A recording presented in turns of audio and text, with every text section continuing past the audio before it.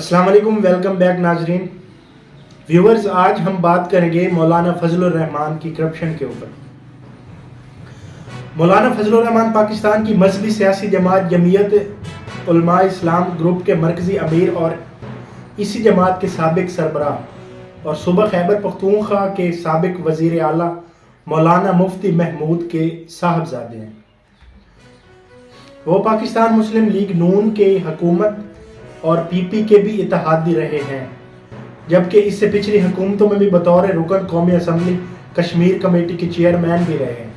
अहल सुन्नत के मदरसा दियोबंद के पैरोकार होने के बायस वो दियोबंदी हनफी कहलाते हैं। मौलाना फजलुर रहमान की जमात जमीयत उलमा इस्लाम पाकिस्तान के सूबों मुख्तलिफ सूबों में वैसे तो असर व रसूख है इनका, और जो मेन इनका सूबा है जहाँ पे इनकी हुकूमत है वो सूबा खैबर पख्तूनख्वा और बलूचिस्तान में है। सबसे ज़्यादा असर व रसूख है वहाँ पे इनका। बलूचिस्तान में हमेशा इनकी हुकूमत के बगैर कोई पार्टी हुकूमत नहीं बना सकी। सब जानते हैं कि मौलाना फजलुर रहमान का और इनके बुजुर्गों का ताल्लुक एक ऐसी मजहबी जमात से था जो क़याम पाकिस्तान की मुखालिफ थी। इनकी जमात क़याम पाकिस्तान से भी पहले की है और ये हमेशा से क़याम पाकिस्तान की मुखालफत की है इन्होंने। मुस्लिम लीग के मुकाबले में इनके बुजुर्गों की जमात जो है उसने कांग्रेस का साथ दिया। मतलब शुरू से ही जहाँ पे इनको पैसा ज़्यादा मिलता है उधर ही अपनी पार्टी की शमूलियत इख्तियार कर लेते हैं। तो जाहिर है जो क़याम पाकिस्तान की जो तहरीक थी उसके खिलाफ थे ये, और कांग्रेस का साथ दिया इन्होंने। तब भी मजहबी जमात थी इनकी, मजहब के नाम पे इन्होंने जमात बनाई हुई थी। मौलाना इसी पाकिस्तान की कौमी असम्बली में कई बरस रुकन रहे, जिस क़याम पाकिस्तान के ये खिलाफ थे और जिस क़याम पाकिस्तान की इनके बुजुर्गों ने मुखालफत की थी उसी पाकिस्तान की कौमी असम्बली के रुकन रहे ये, और इसी पाकिस्तान से अनवा इकसाम की मराआत हासिल की इन्होंने। कश्मीर कमेटी के सदर भी रहे ये, वफाकी वजीर के बराबर इनका ओहदा था। इसी पाकिस्तान की हुकूमत से सरकारी रिहाइश गाह ली और साल साल इसी ने आरामदेह ज़िंदगी गुजारी। मुत्तहिदा मजलिस अमल के दौरे इक़्तिदार तो सबको याद होगा, जब ये सब अकाबरीन बकलम खुद KPK और नफाज इस्लाम की जदोजहद में मसरूफ़ थे। ये उन्हीं मुबारक दिनों की बात है। मौलाना के छोटे भाई ज़ियाउर रहमान मुत्तहिदा मजलिस अमल के दौरे इक़्तिदार के दिनों में PTCL में असिस्टेंट इंजीनियर थे। मौलाना के भाई ज़ियाउर रहमान मार्च 2005 में अचानक वजीर आला के हुक्म पर इन्हें अफगानिस्तान रेफ्यूज रेज कमीशन में प्रोजेक्ट डायरेक्टर लगा दिया गया। ये सब इतनी उजलत में किया गया कि पहले से मौजूद जो प्रोजेक्ट डायरेक्टर था फयाज दुरानी साहब, इनके मनसब से अलग किए बगैर इनको वहां पे लगा दिया गया। तो फयाज दुरानी साहब पूछते रह गए कि जो सीट खाली ही नहीं वहां पे ये कैसे तैनात हो गया। लेकिन तैनात होने वाला जो मौलाना का भाई था, इसलिए फयाज दुरानी बस दीवारों से टकरे ही मारते रहे, उनकी बात पर किसी ने ना सुनी। 2 साल मजीद गुजरे। मौलाना के भाई को शायद ये महकमा कुछ ज़्यादा पसंद ना आया और इन्होंने कुछ दिन के लिए वहाँ से दूरी इख्तियार कर ली। बाद में इनको इल्म हुआ कि दूरी इख्तियार करने से कोई फ़ायदा नहीं। ये फिर उसी महकमे में आए और कुछ दिन काम करने के बाद फिर ये महकमा इनको कुछ ज़्यादा ही पसंद आ गया। चुनांचे वज़ीर आला अकरम खान दुरानी ने एक खसूसी समरी तैयार की। अक्टूबर 2007 में गवर्नर अली मोहम्मद जान और कज़ई ने इस समरी को मंजूर कर लिया और यूं एक असिस्टेंट इंजीनियर को स्पेशल केस के तौर पर सूबाई सर्विस का हिस्सा बना दिया गया। और इन्हीं चीज़ों के बायस इसी अफगानिस्तान रिफाइजेज कमीशन में एडिशनल कमिश्नर लगा दिया गया मौलाना साहब के भाई को। 2013 में मरकज़ में मुस्लिम लीग नून की हुकूमत बनी तो JUI में मरकज़ में जब मुस्लिम लीग नून की हुकूमत बनी, मतलब शुरू से ही जो जिनकी हुकूमत बनी होती है मौलाना और इनके जो फैमिली मेम्बर्स हैं जो सियासत में हैं उसमें वो शमूलियत इख्तियार कर लेते हैं। अब JUI इस हुकूमत का हिस्सा बन गई जब नून लीग की हुकूमत बनी। दुरानी साहब ने वजीर का हलफ उठाया। 25 फरवरी 2014 को एक नया नोटिफिकेशन जारी हुआ और मौलाना के भाई की खिदमात एस्टेब्लिशमेंट डिवीजन के स्पुर्द कर दी गई और इन्हें DCO खुशाब बना दिया गया बगैर किसी एग्ज़ाम पास करने के। इनको DCO खुशाब बना दिया गया।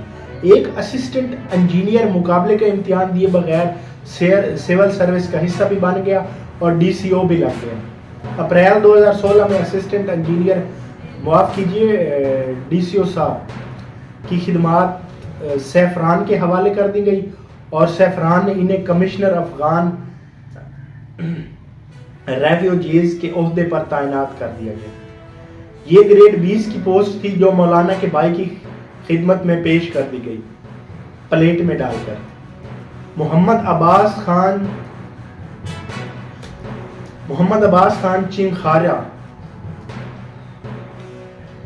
इसके हक तलफी, जो मोहम्मद अब्बास खान थे उनकी हक तलफी की गई, उनको उस पोस्ट पे होना चाहिए था। इसने CSS कर रखा है, उन्होंने CSS कर रखा था। 19वीं ग्रेड का अफसर था वो उस वक्त वहाँ पे। इटली से लॉ का कोर्स करके वो वापस आए ऑक्सफोर्ड यूनिवर्सिटी से, इटली के ऑक्सफोर्ड यूनिवर्सिटी से लॉ का कोर्स करके वो वापस आए। फोर्सड माइग्रेशन का समरी उन्होंने दी और स्कूल अटेंड किया। उसके बाद इनके मनसब पर एक ऐसा शख्स कैसे तैनात हो सकता है, मतलब उनके वो डॉक्यूमेंट्स कंप्लीट थे, वहाँ पे उनको होना चाहिए था, लेकिन मौलाना के भाई को लगा दिया गया जिसने ना CSS किया, ना ही कोई ग्रेड उस तरह का था उनका, ना उस हवाले से उनको कोई महारत हासिल थी, ना वो कुछ जानते थे उसके बारे में। लेकिन मौलाना के भाई जान इस मनसब पर तैनात फरमा दिए गए। मौलाना के एक और भाई मौलाना अताउर रहमान हैं। पीपल पार्टी के दौरे हुकूमत में जब मौलाना फजलुर रहमान आसिफ जरदारी के साथ मिलकर, अब देखें पहले जब नून लीग की हुकूमत आई तो नून लीग के साथ मिल गया है मौलाना साहब, अब पीपल पार्टी की हुकूमत आई उसके बाद मौलाना साहब पीपल पार्टी की हुकूमत के साथ मिल गए। उन्होंने इनके साथ मिलकर इस्लामी इनकलाब लाने की कोशिश करते रहे। इन दिनों मौलाना अताउर रहमान वफाकी वजीर बना दिए गए। 2008 से 2010 तक वो वजीर सियाहत रहे। 1988 में पार्टी के इंतखाबात हुए तो इन्हें इलेक्शन कमिश्नर बना दिया गया। UI KPK के जॉइंट सेक्रेटरी भी इन्हीं को बना दिया गया। 2002 में ये पार्टी के डिप्टी इलेक्शन कमिश्नर बने। इसके बाद इन्हें KP की जमात का नायब अमीर भी बना दिया गया। 2003 और 2008 में जब इस्लामी इनकलाब के लिए इलेक्शन लड़कर असम्बली में जाने का वक्त आया तो उलमाए इस्लाम की जमीयत में कोई इस काबिल नजर ना आया, चुनाचा इस भारी जिम्मेदारी के लिए एक बार फिर इन्हीं को चुना गया। 2013 के इंतखाब में मौलाना फजलुर रहमान ने टानक और डेरा इस्माइल खान और लक्की मरवत से कौमी असम्बली की नशिस्तों पर कामयाबी हासिल की। ज़िमनी इलेक्शन का मरला आया तो एक बार फिर नजर इंतखाब अपने ही भाई पर पड़ी और इन्हें लक्की मरवत NA-27 से टिकट जो है वो जारी फरमा दिया। ये अलग बात है कि वो साहबजादे हार गए। सेनेट के इंतखाब का मरला आया तो मौलाना ने इनको एक बार फिर इक़्तिदार के ऐवानों तक ला पहुंचाया और सेनेटर बनवा दिया। एक मौलाना और भी हैं, ये इनके भाई मौलाना लत्फुर रहमान है, मौलाना के भाई हैं ये भी। KP में तहरीक इंसाफ की हुकूमत बनी तो कायदे हज़्ब इख्तलाफ के लिए भी उलमा इस्लाम की जमीयत में मौलाना फजलुर रहमान के भाई जान के अलावा कोई बंदा ना मिला, चुनाचा मौलाना लत्फुर रहमान अपोजिशन लीडर करार पाए। एक और मिसाल हाजी गुलाम अली साहब की है जो मौलाना के समधी हैं और सेनेटर भी रह चुके हैं। अब इस पर बात हो जाए कि मौलाना को डीजल का नाम कहाँ से मिला।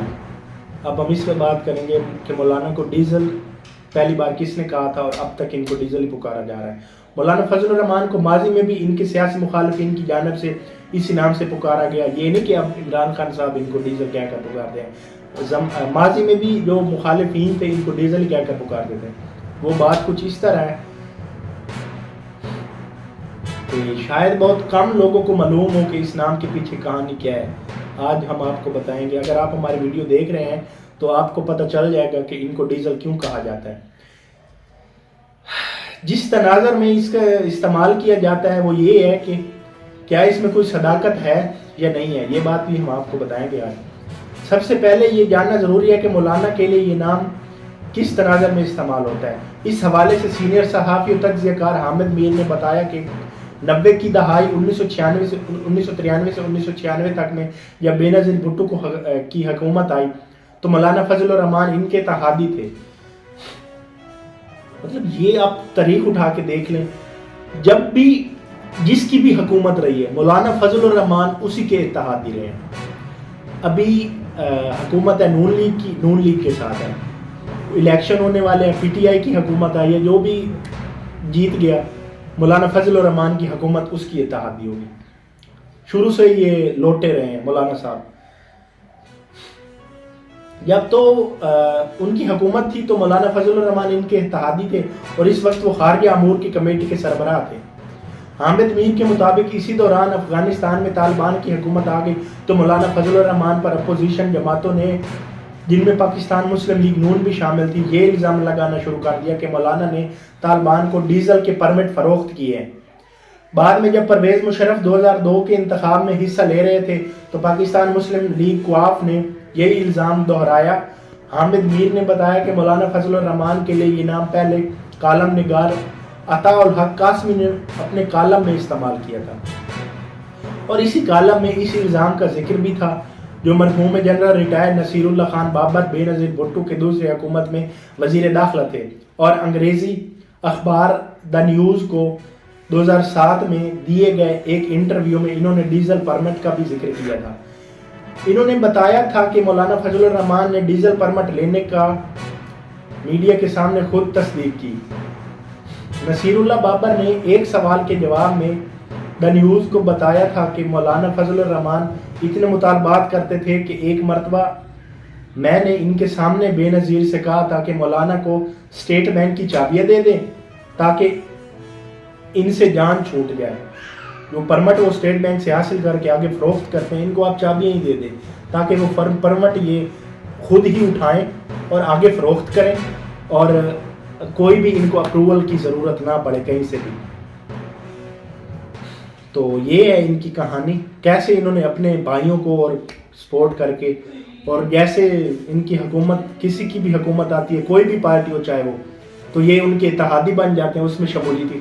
آپ یہ بات میں نہیں کر رہا, آپ تاریخ اٹھا لیں, کسی کی بھی حکومت ہوگی مولانا فضل الرحمان صاحب اسی کے اتحادی ہوں گے. یہ ہے ان کی سچائی, اور جو اسلام کے نام پہ یہ سیاست کر رہے ہیں.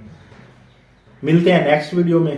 چینل کو سبسکرائب کر دیں اور بیل آئیکن کو دبا دیں تاکہ اس طرح کی کوئی بھی ویڈیو آپ سے رہ نہ جائے. ملتے ہیں نیکسٹ ویڈیو میں. اپنا خیال رکھیے گا. اللہ حافظ.